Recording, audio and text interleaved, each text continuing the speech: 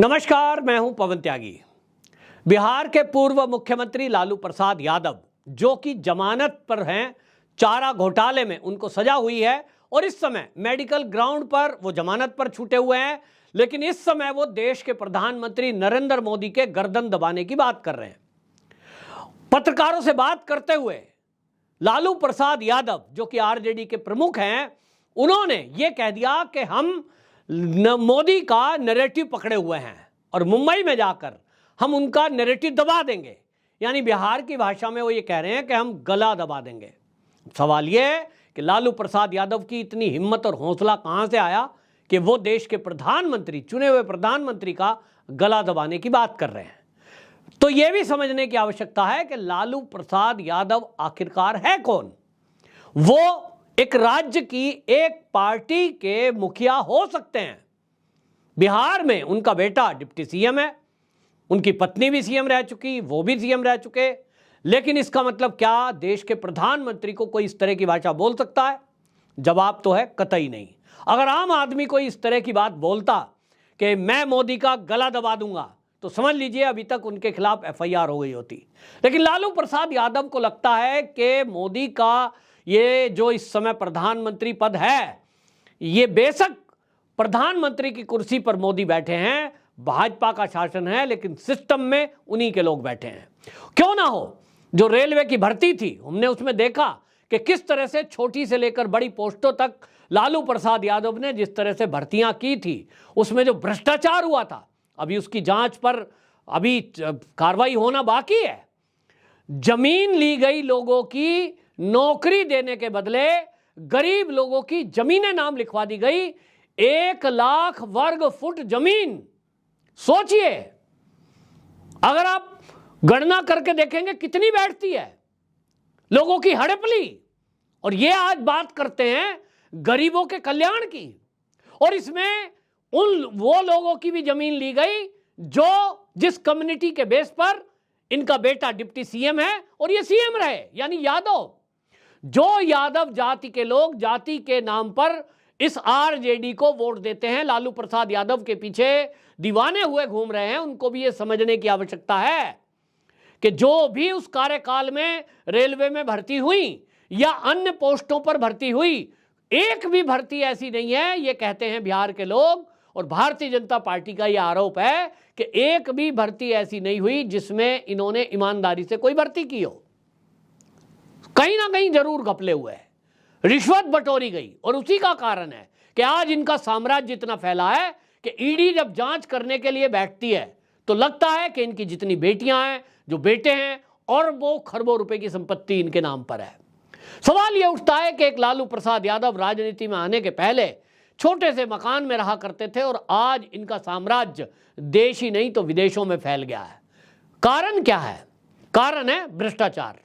चारा घोटाला आपको याद ही होगा, उस समय 90 के दशक में 900 करोड़ का घोटाला, आज की डेट में अगर माने तो कई हजार का बैठेगा।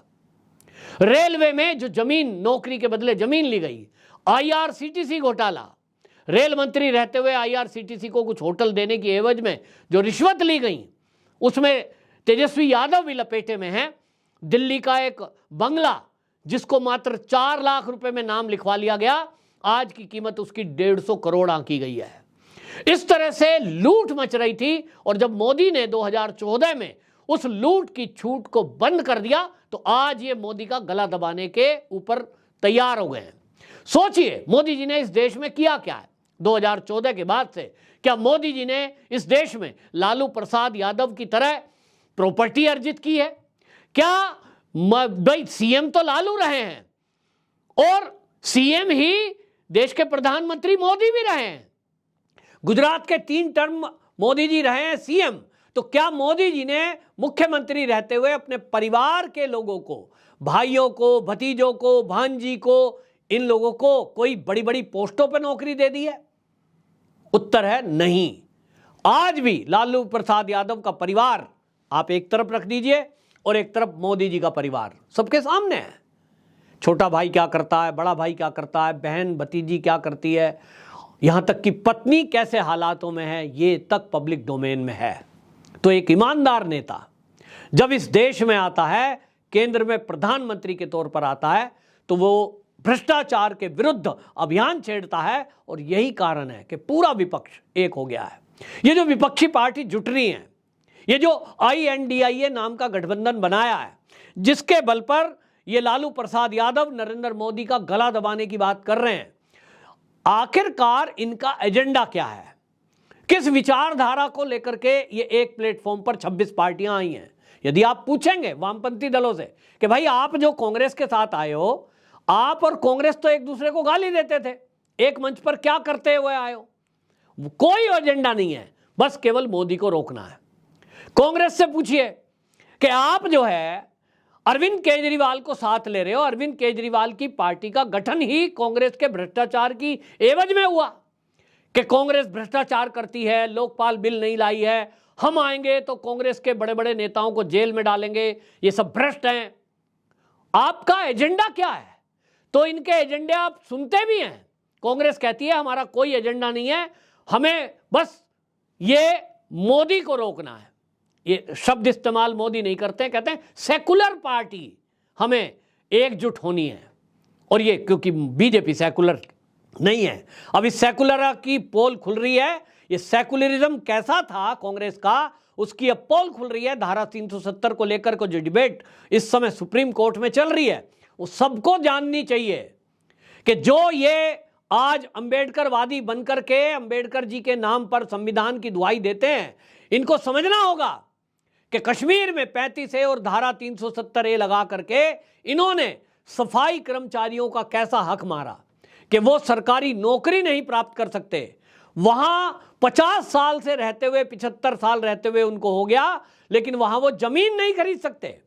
SC, ST, OBC का आरक्षण वहां लागू नहीं था।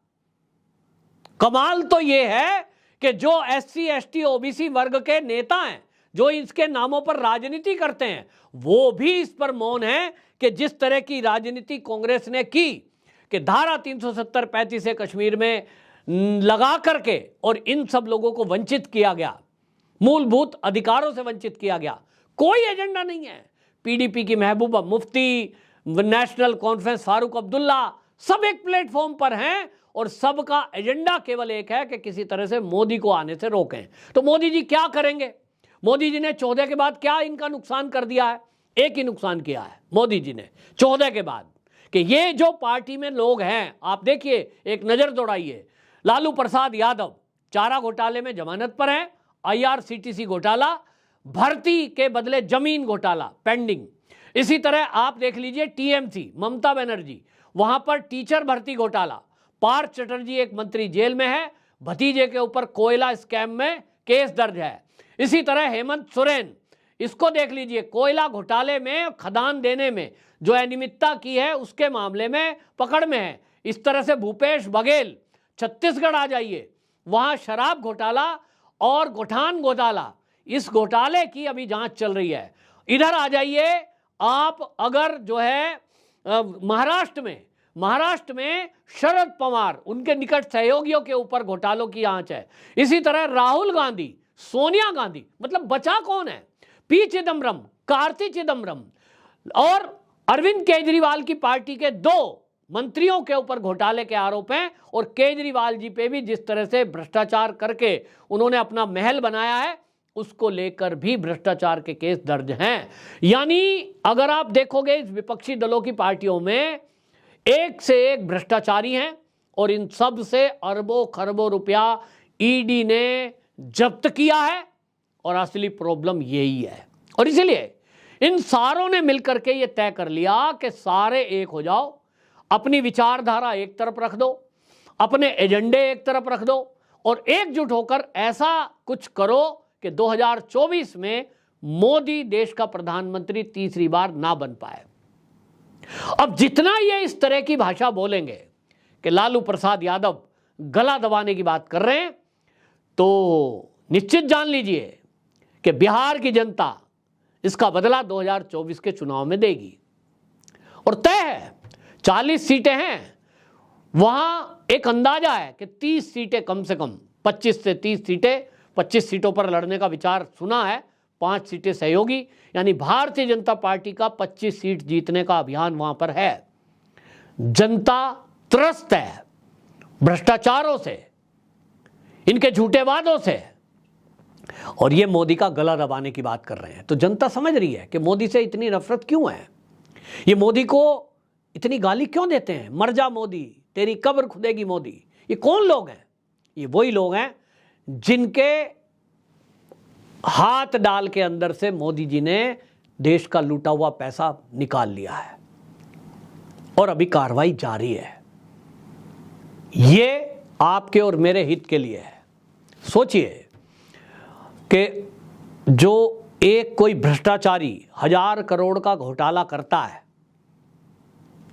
उस 1000 करोड़ में हमारा चंद्रयान 3 मतलब आप सोचिए मात्र 600 करोड़ में पहुंच जाता है।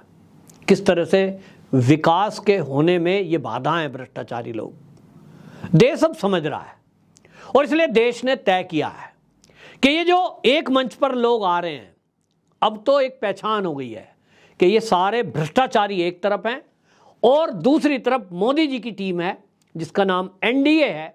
उस एनडीए में वही लोग आएंगे जो राष्ट्र के हित के बारे में सोचते होंगे, जिनको लूटने की छूट नहीं मिलेगी, देश सेवा करने का मौका मिलेगा। क्योंकि मोदी की टीम में जो भी सहयोगी संगठन हैं उनको भी भ्रष्टाचार करने की छूट नहीं है। हमने देखा है कि जो मोदी जी की टीम में, यहाँ ना कि भारतीय जनता पार्टी के भी जो सांसद हैं, ऐसा नहीं है कि वो मनमर्जी का कुछ भी अपराध करें, कुछ भी भ्रष्टाचार करें और उनको करने दिया जाएगा। नहीं, उनके खिलाफ भी कार्रवाई होती है।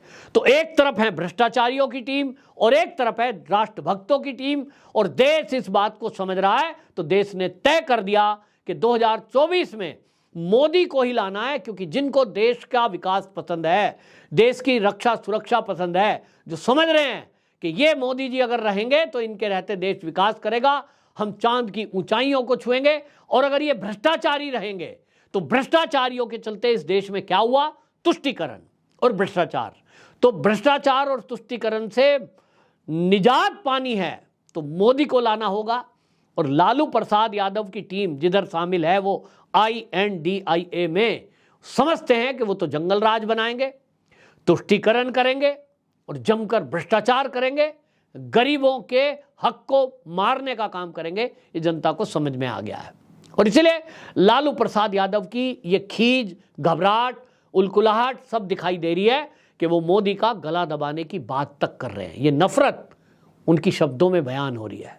आपकी इस पर क्या राय है? कमेंट बॉक्स में जरूर बताएं। वंदे मातरम।